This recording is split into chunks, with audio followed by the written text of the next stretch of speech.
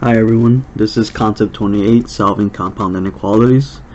Up here I have a reminder for you guys. Make sure you complete the IXL for this concept. Okay, it is something that's going to help boost your test grade later once you take a unit test on Concept 28 and 29. Concept 28 is solving compound inequalities. We start with some review on our symbols and definitions. This shouldn't be new, we've seen these before. The first one here would mean greater than, so you have the left is greater than whatever's on the right. So this is greater than, and when we graph this, so in graph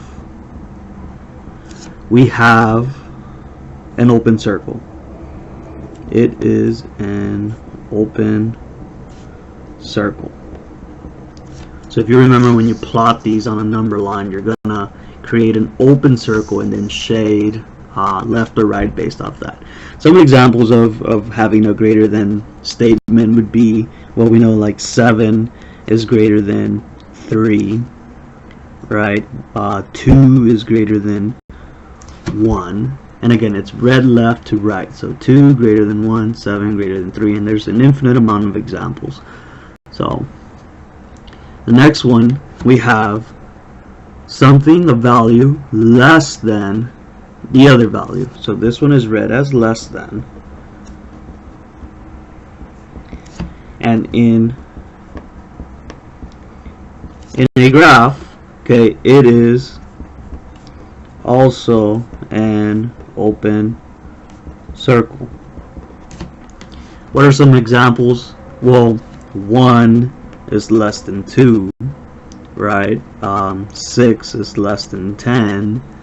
Negative 2 is less than 0, right? Because in the number line, 0, 1, 2, 3, and so on would be greater than all your negative values. So this still holds here. Next one, we go back to greater than, right? It looks very similar to my first symbol, but now I have a line under this.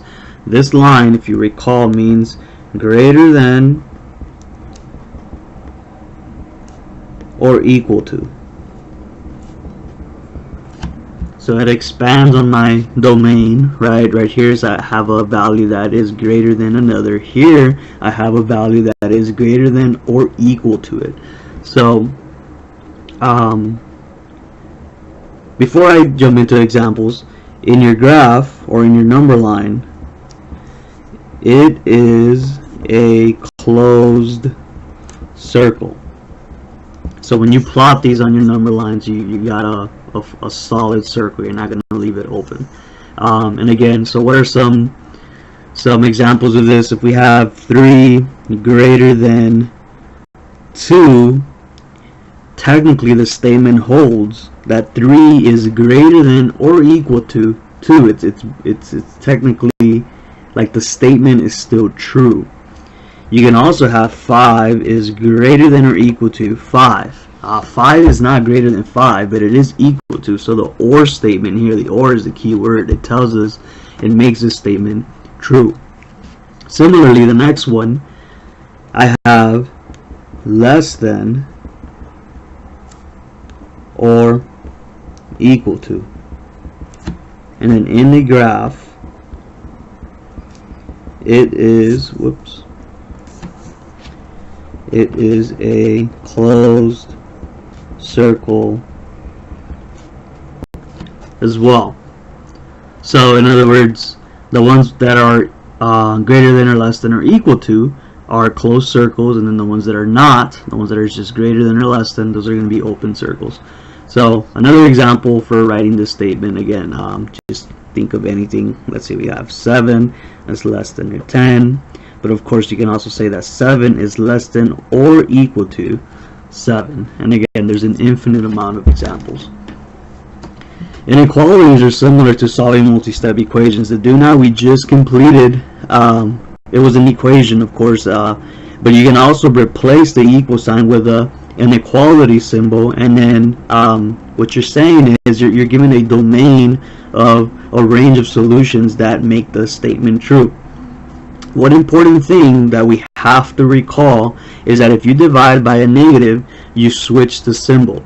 So if you have, so here's an example, if you have negative 2x greater than 4, okay, you can divide both sides by negative 2 here, and you're going to get that x is greater than, I flip the symbol, okay, negative 2. Right? 4 divided by negative 2 is negative 2. So whenever you divide by negative, again, flip the symbol. Don't forget that, okay? Otherwise, you're going to get a wrong solution set.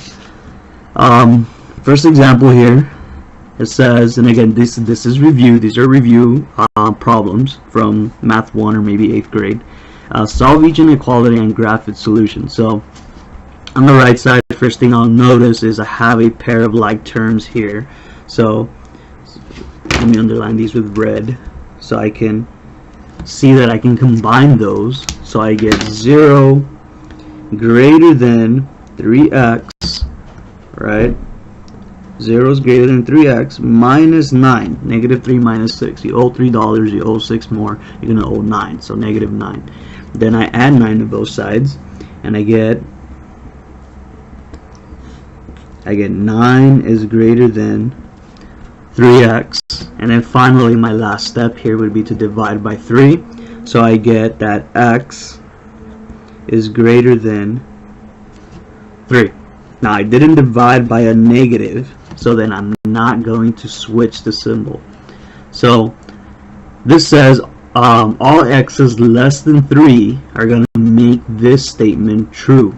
So I go to my number line here, okay, and I have to think, oh, so I have 3 is greater than. So I'm talking to this guy here. In my graph, it is an open circle, okay, so I'm not going to shade in my circle.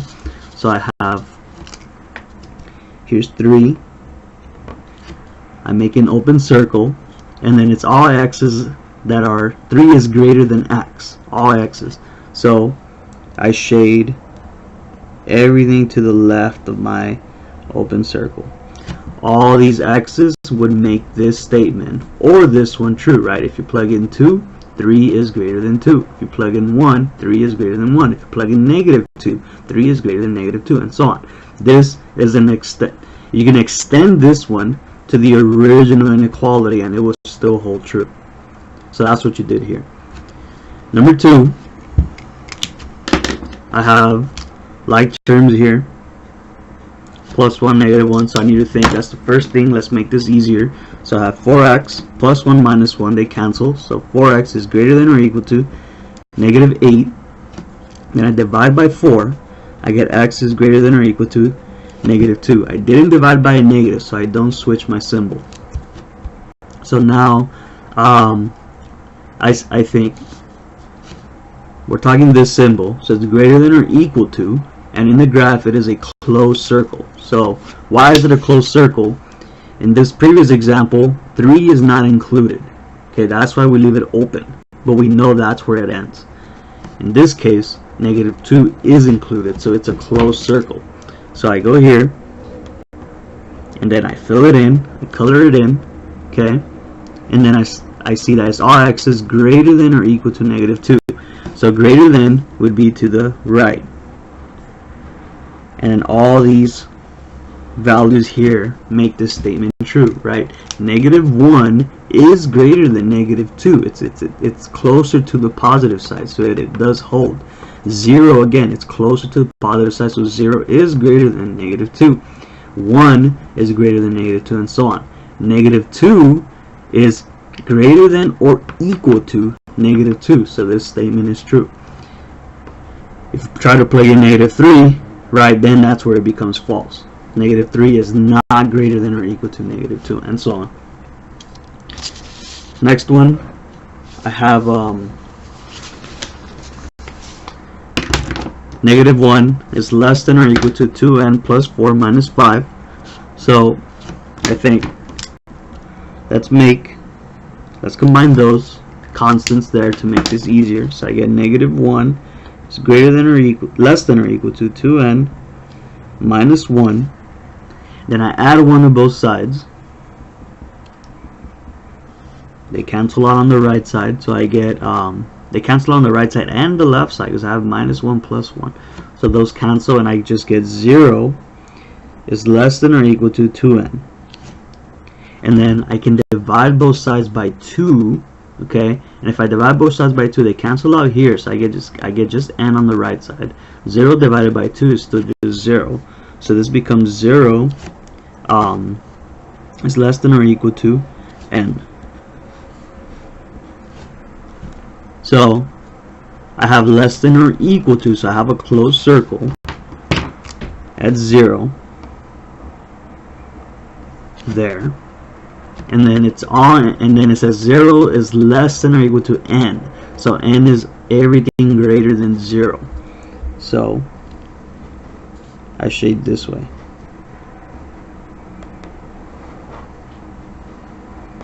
Right, and then just test these values. Is 1 greater than or equal to 0? Of course it is. 2 is greater than or equal to 0. 0 is greater than or equal to 0. So yes, the statement holds that anything to the left would not make sense. Number 4, I have negative 6 greater than 5n plus 5 plus 4. So I combine these here, and I get negative 6 greater than 5n plus 9. Okay, and then let me ask you guys to pause the video here, continue this. Okay, continue this on your own, and then once you got the graph and your solution, see if you get it right. Okay, so pause the video here and see if you can do it on your own. So what I do from here is subtract 9 both sides, and I get negative 15 is greater than 5n. Then I divide by 5, and I get that negative 3 is greater than n. And I didn't divide by a negative, so I don't have to switch my symbol, so it stays this way. And then it's not greater than or equal to, so I have an open circle. So right here I have open circle. So all n's, so negative 3 is greater than n, so I'm going to shade everything to the left side, right? Because any negative number to the left is technically smaller because it goes away from the positive side. So, and then I'll, plug it in. Negative 4, for example. Negative 3 is greater than negative 4. Negative 5, negative 3 is greater than negative 5, and so on. Okay? So, this is review. Okay, this shouldn't be entirely new. Hopefully, when we jump into our actual curriculum, is compound inequalities, when you have two inequality symbols. And an example of what this looks like is here. Negative 3 is less than x plus 2, which is less than or equal to 5. So it's like having two inequality statements merge into one. So turn the page, and we have some examples here, and they work very similar to the ones we just did as review. Okay, you want to isolate the variable, which usually lies in the center. Okay, apologize, that's the train that passes by. So first thing I'm going to do is divide. If I'm going to isolate n, okay, I'm going to divide by 10. But because I'm dividing by 10 here, I have to divide 10 onto all sides. Okay, so the left and the right. So then negative 100 divided by 10, you're going to get negative 10 less than 10 divided by 10. Those canceled, right? So I get n, which is less than negative 70 divided by 10. You get negative 7. Okay, so again, you divide into both the left and right sides. Center, left, right. So then this is the statement I'm going to be graphing on here. So n is everything between negative 10 and negative 7. So, and I have less than, right? So these are open circles. You can write this in. right? These guys here tell me I'm gonna have open circles. So negative 10 here, negative 7 there, and n is in between them, right? N is greater than negative 10, so I would have shaded this way, but then it's less than negative 7, so as I'm shading this way I have to stop here. Okay, so n is everything in between. And that's it. Next example, I add 10 to both sides because I need to get x by itself. Okay, so add 10. If I add 10 here, I add 10 to the right one, and I also add 10 to the left one. They cancel here, and I get negative 13 plus 10 is negative 3, less than or equal to x less than or equal to 10. So x is greater than or equal to negative 3, but less than or equal to 10. So I have these guys here, they mean, right, these guys now mean closed circles. So at negative 3, I have a closed circle, and then at 10, I also have a closed circle, and then x is everything in between, so greater than negative 3, but you stop at 10. So just do your best to shade everything in between those. Example 3, I have 2v plus 4 in the center, so I need to isolate v, so I'm going to subtract 4 from both sides, from all sides I should say. So I get 6 less than 2v less than or equal to 12. Then I divide by 2, and I get 3 is less than v, which is less than or equal to 6. So v is alone, and I have to, and I notice, right, I notice that like I have one expression here that is less than, and I have one expression here that's less than or equal to. Okay, so yes, you can have an inequality, a compound inequality that has both types of symbols. That's possible. You're just gonna have one open circle and one closed circle. Doesn't it's not something that should be tricky. It is what it is. So 3 is less than v, so open circle, but less than or equal to 6. So 6 included, closed circle, and it's going to look like this. And then again, v is in between them, so greater than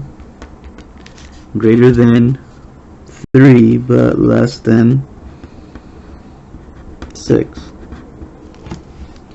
And that's it. I'm done.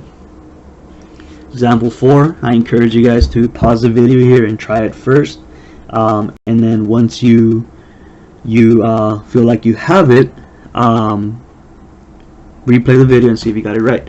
One thing that I'm going to give you a hint in is pay attention to the sign of the number that is in the center there. Okay, remember there's an important thing that I noted earlier. There's an important rule. So what I'm going to do is I divide by negative 3.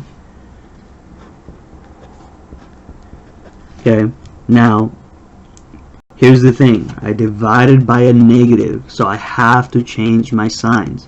Okay, so I have negative 30 divided by negative 3, I get 10, positive 10. Okay, change the symbol because I divided by a negative. They cancel here, so I get just the m. Change the symbol, and I get negative 2 divided by negative 3, I get positive 1. Okay, so 10 is greater than m, that's greater than 1. So I have two open circles here in this statement. I have an open circle at 1, and I have an open circle at 10. And again, m is less than 10, so you would have shaded everything here, but greater than 1, so you would stop shading there. So it's everything in between here. Okay, and that wraps up concept 28, compound inequalities.